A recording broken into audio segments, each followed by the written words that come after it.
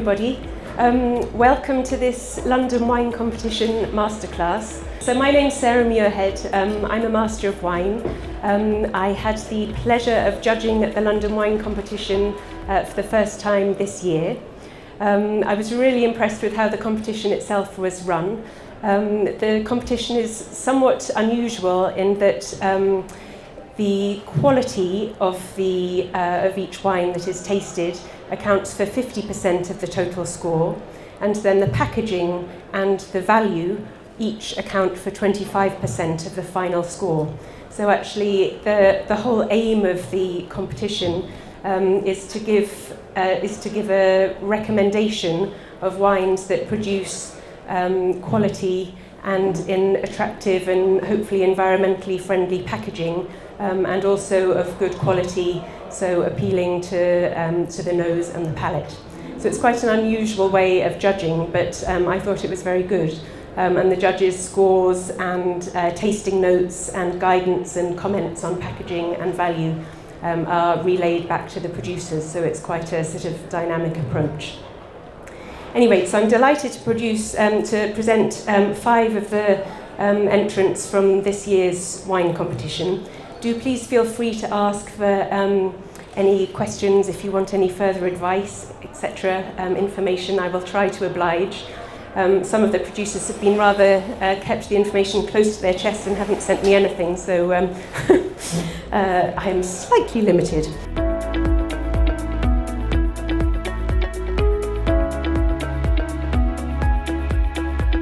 I'm delighted that the first wine that we're going to be tasting, it's actually in the second position of your tasting mat here, is an English wine from Lyme Bay Winery.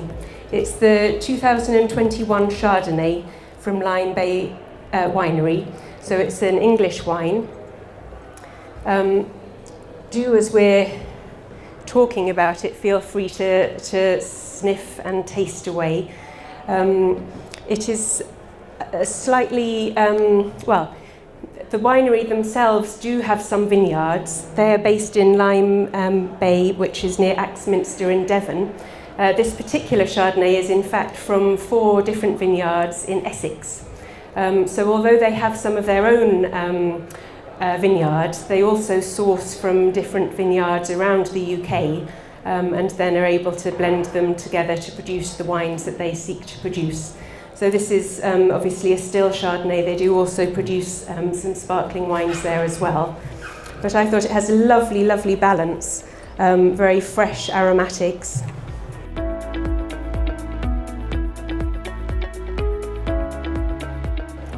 I hope you'll agree. It's rather a lovely, vibrant wine to start with. The winemaker at this winery is called Sara Muirhead.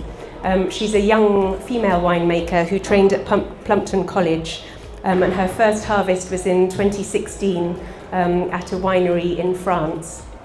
Even though she's young, she's also done harvest experience in Australia and California, but was delighted to be able to settle in an English vineyard and has made this delicious wine.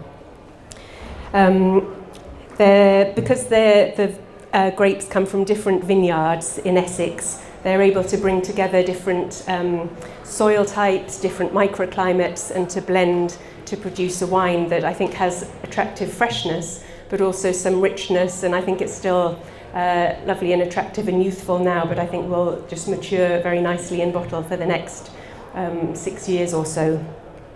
The harvest was actually quite late for this vintage. It took place between the 31st of October and finished on the 7th of November. The fermentation took place at cool temperatures in both new and used French oak barrels and also in stainless steel. And then it was all, once the fermentation was completed, it was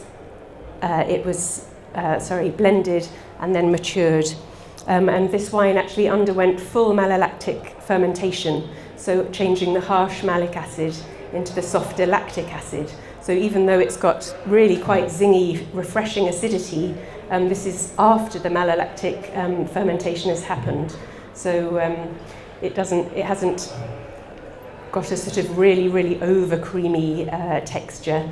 and it hasn't lost too much of its acidity. I think it's a really beautifully balanced, very well-made wine.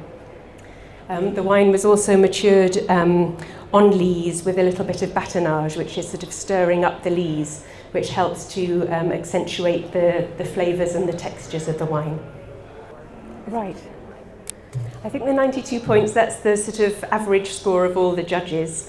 It's the same way, so we don't just rate out of 50, we would do it on a normal sort of points basis, but then it's sort of added up pro rata.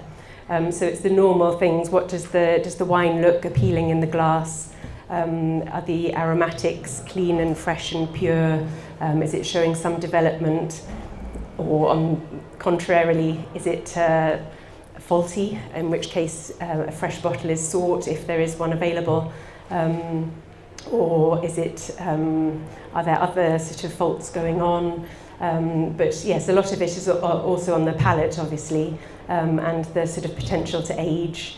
So it's a normal tasting process. I would say that the extra bit is sort of giving feedback on the quality and also, on the packaging and also the value. So in terms of packaging, there were some wines that I was judging this year that were wines that were retailing under £10, but the bottles were so incredibly heavy, and they came from sort of Eastern Europe, so there'd been sort of the cost of transport from Eastern Europe to get here.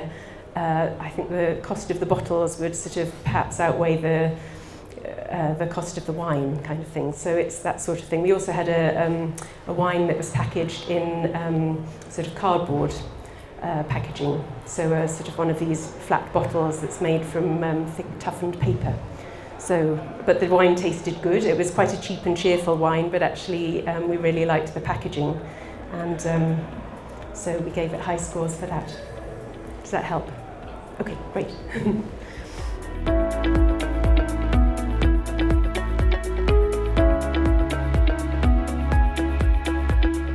Okay, so let us now move to rather an exciting 37-year-old champagne.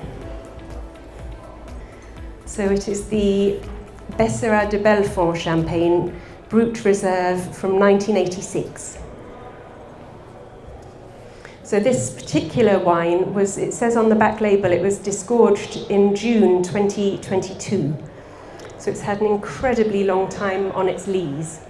Besserat de Bellefon is a négociant manipulant, so that means it's a champagne house who have their own vineyards, but they also buy in grapes from other growers with whom they've been working for many years. Sometimes it's growers who they've been working with for 2 or 3 generations.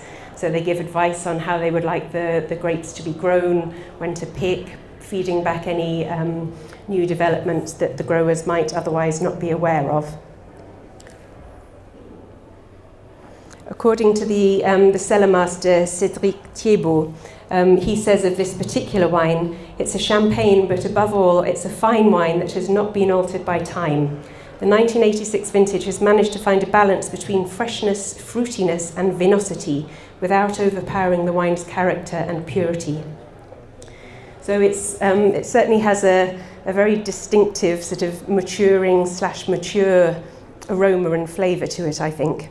In terms of the blend of varieties, it's 35% Chardonnay, 35% Pinot Noir, and 30% Pinot Meunier. So quite a standard blend for champagne. Perhaps there's more Pinot Meunier in this particular blend than you would often see in champagne. And here there is no malolactic fermentation, so not the conversion of the harsh malic acid into the softer lactic acid. So again, I think in spite of its age, it has really retained its freshness. I think the bubbles are gently dissipating, but as you would expect from a very, very long time on its lees. So this has had 32 years on its yeast lees, which is quite extraordinary. The minimum for a champagne, a vintage champagne, is 3.5 years. So to really age it for that much longer is most unusual. So Besserat de Bellefon, they own just under 12 hectares of vineyards, This wine is mostly sourced, I believe, from their growers, and the vineyards, 5 of them are from Grand Cru villages, and 1 is from a Premier Cru village, so very high calibre of grapes used for this blend.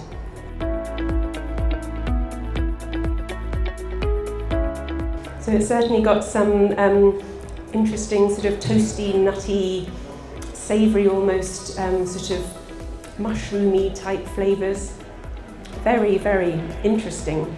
And it really, when I looked at the information sheet online and then I was in communication with them also this morning, they have really designed it to be served with food. So the food that they suggest serving it with, slow-cooked lamb shoulder, roasted squab with cep mushrooms, and they say even could go with duck, foie gras, game and wild fish.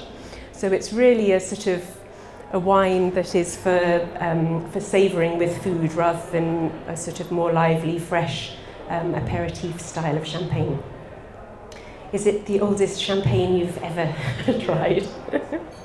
And are you enjoying it on the whole, or an acquired taste?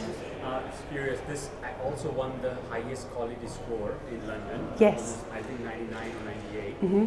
But to me, at least to normal drinker, this feels like as if it's bad or mushroom, as you say. So what do you look for?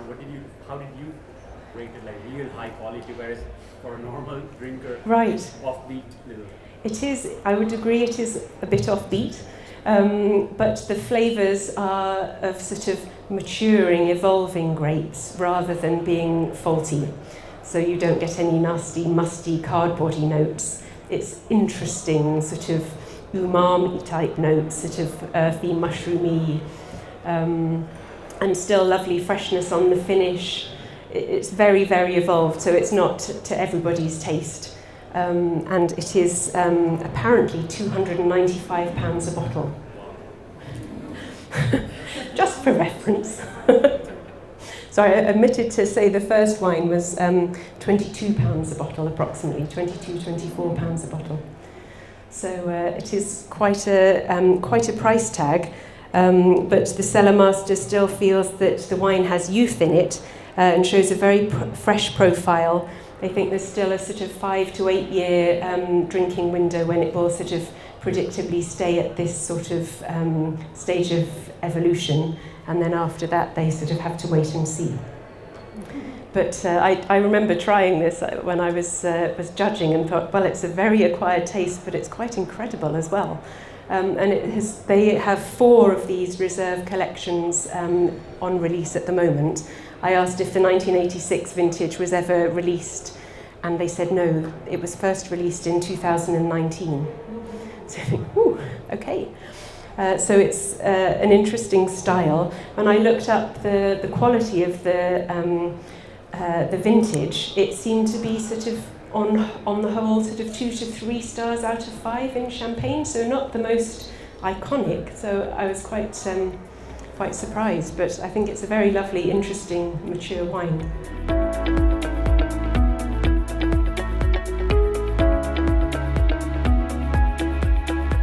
So wine 3 is the Rockburn Central Otago 2021 Pinot Noir from New Zealand.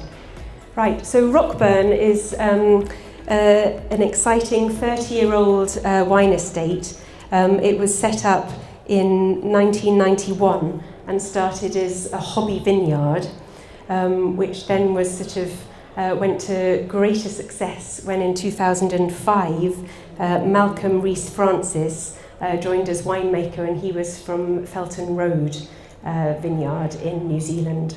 And since he has joined, the wine seems to have gone from strength to strength. The 2021 vintage was low yielding and high quality, and the estate believes in minimal intervention in the wines. So Central Otago is down in the South Island in New Zealand. In fact, it's quite a dramatic setup, because to the west there are mountains and rainforest, and there are 500 centimetres of rain per year. On the right-hand side, it's more sort of barren and moonscape-like, and there are only 2.5 centimetres of rainfall through the year. So the vineyards for this wine are sort of in the middle, where, yes, rainfall is sort of not really an issue. They have very well-drained gravelly soils, and the Rockburn vineyards lie between these two extremes. 85% of the fruit for this comes from a vineyard called Parkburn, where there's loam over river gravel in the soil, and then 15% is from Gibstone, where there is 40 centimetres of topsoil over alluvial gravel soils. They use particular clones of Pinot Noir. They use vertical shoot positioning in the vineyard, and this wine, I hope you'll find, has beautiful aromatics, all macerated before fermentation for between 1 to 4 days. And then the fermentation took place in 7-ton fermenters over the course of a week, with daily plunging of the cap. But very, very gentle processes were used. And then there was post-fermentation maceration on the skins to really extract colour, aromatic and tannins. It was 100% barrel-aged for 10 months in French oak. 33% of it was new oak, and 18% was 1-year-old oak, and the rest was just older oak than that. But I think it shows a lovely, lovely balance of aromatics and a beautiful fine tannin and texture on the palate. %.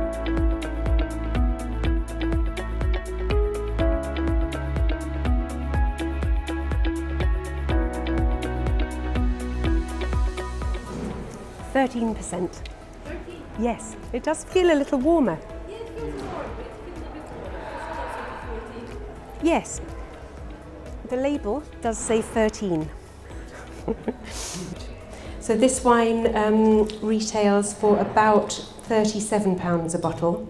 The estate Rockburn actually picked up 2 gold medals in the London Wine Challenge this year, which they were delighted about. Because in the London Wine Competition, 1,300 wines were judged, and they came from 32 countries. There were 10 gold medals in total awarded to New Zealand wines, and Rockburn achieved 2 of them, so they were thrilled.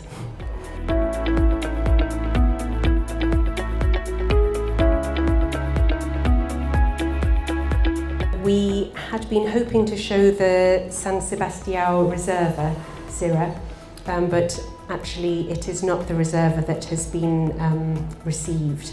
It's the 2021 San Sebastião regular cuvée. So apologies for that, but at least we have one of their wines. So the wine comes from a region that used to be called Extremadura. It's around Lisbon, the capital city of Portugal, and the vineyards are from a little sub-region called Arruda, which is also known as, well, in the larger area of Vinho Regional Lisboa. So it used to be an area that was dominated by cooperative growers, so sort of cheap and cheerful type wines, but in recent years, actually, they have been using better vineyard sites and also higher quality grapevines. So now Syrah and Tinto Nacional are more prevalent. Sorry, Touriga Nacional are more prevalent, and that has helped to produce better quality wines. So this is a very old wine estate that dates back to the 1750s. But it has been taken over in the last, since 2021, by a new owner who has really raised up the quality of the wines. They have 35 hectares of vineyards, mostly on hillside sites from the Arruda dos Vinhos region, which is just to the north of Lisbon. and they have a Mediterranean climate with a strong Atlantic influence. There are mountains close to the coast that sort of really break the strong Atlantic winds and temper the climate somewhat. They're clay limestone soils, yes, Mediterranean climate, strong Atlantic influence, and their speciality is blending indigenous grape varieties from Portugal with some of the better known international varieties. But because of the long Atlantic coast, because it's sort of fresh and breezy, they benefit from a long growing season, and they have a good selection of vineyard sites and are using better quality grapes now. So I think it's a very well balanced wine. The vinification, again, it was pre-fermentation maceration. Then it was fermented at 26 degrees in stainless steel vats with gentle pumping over of the skins. And then 30% of the blend was matured in French oak barrels for 12 to 18 months. I find it a very, very modern style, rather, yes, modern, quite glossy, nice fruit, nice structure and balance. And this is just £11 a bottle. I think it's very good value. So it's from the estate Quinta de San Sebastião, named after San Sebastian, a martyr and great warrior who believed he could stop the Roman Empire from persecuting Christians. But San Sebastian himself is linked to the village of Arruda dos Vinhos, where the particular Quinta here is located. So did you enjoy that wine? Good. I think it's very bright and modern. The winery produces different sort of ranges of labels, and this is their top range. And I thought it's very, very nice, attractive fruit, good structure, very good price, and attractive packaging as well. This was 11 for the one we're trying. Yes, that's correct. Wow. The acidity is quite good for an Extremadura. Yes, yes. I think it is just lively but nicely balanced. Yeah. Quite, well, I can feel the tannins, but they're well integrated. And fine grain. yes. The acidity counterbalances somehow the ripeness of the fruit. Right, yes, yes. I think it would go very nicely with food. Yes, I think a very attractive wine.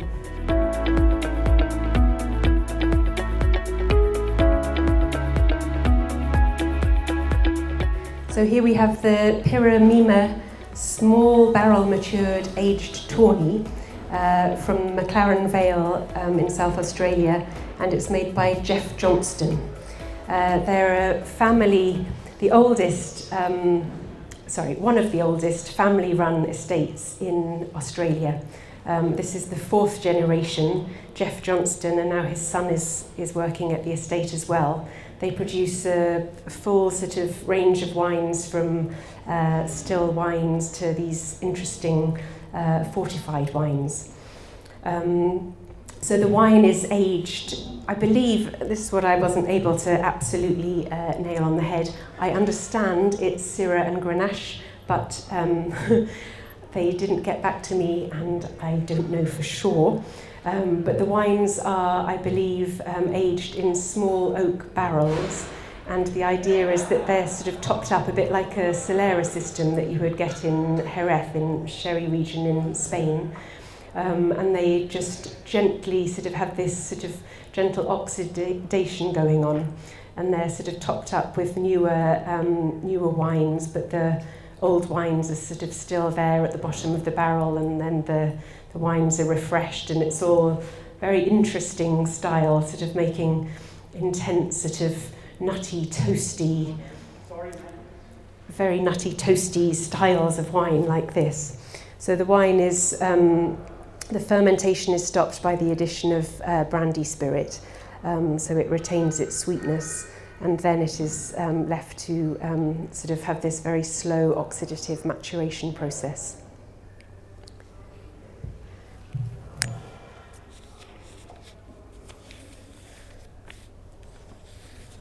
So the estate was established in 1892.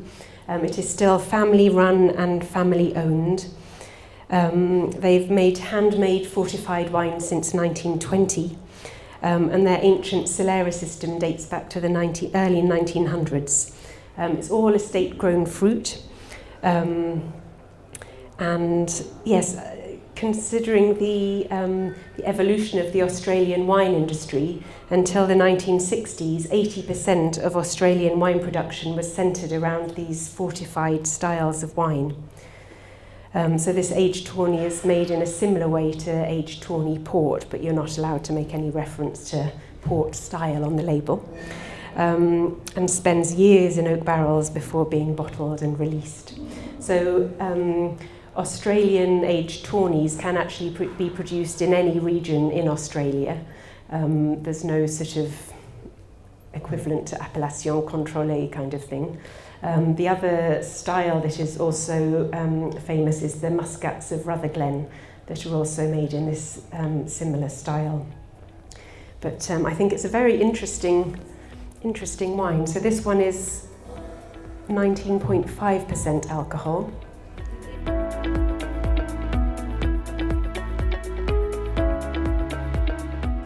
It does have a lot of viscosity to it, doesn't it? It sort of coats the inside of your mouth with sort of caramelly, toasty, nutty. It's going to last a long time. Delicious. So yes, each year the base wine is blended with the next barrique, and so it gives a consistent style and consistent quality level over the years. And it also will improve over many years. And yes, I think it's a perfect wine for this time of year when it's getting rather cold. Absolutely delicious, yes. What's the aging requirement to write aged tawny on it? I think it's all quite loose. Okay. So it's Yeah, there are no big stipulations. It's sort of each to their own kind of thing, depending on the flavour that you want to achieve. It's sort of laid back Aussie style, as far as I understand. They don't have any variable limitations or whatever. You can use different varieties. It tends to be, this style of wine tends to be produced in the hotter parts of Australia, and from those grapes that react best in the heat. So sort of Syrah Grenache tend to be most used. And in terms of judging the fortified wines for something like this, do you get to a certain stage where you can penalise for having no longevity for aging? Or can you just judge it based on its drinkability for now? Yes, because I think, so I didn't actually, this is classed as a spirit, so I wasn't involved. This is the London Spirit Competition gold medal winning entry. But I think because we write tasting notes, so if we give it a high score, for example, for the 1986 champagne, but you say in your tasting note, wonderfully evolved, will sort of should continue to hold for the next sort of 2 to 3 years, but after that drink up, then I think people are well warned. So I think you're sort of judging it on how it is now and the price it is now, and the quality it is now, and then because also people prefer drinking wines at different ages of maturity. So my father loves a really fresh, vibrant champagne, sort of non-vintage Brut is perfect for him, whereas other people in our family prefer something a little richer and a little older, or sort of we've kept it on the cork in the cellar for a little bit longer, and it continues to develop even though the disgorgement has sort of long gone, kind of thing. It will still continue to evolve gently, but it's each to their own, really. So if you're somebody who likes this sort of thing, then you would read the tasting note and think, oh, great. And if you're not, you think, ooh. And maybe the price tag is also an indication of how old the wine is, and that might or might not appeal as well. So the aged tawny apparently is £20 a bottle, which is a normal, 750ml bottle. So I think good value, really. Yeah. Yes.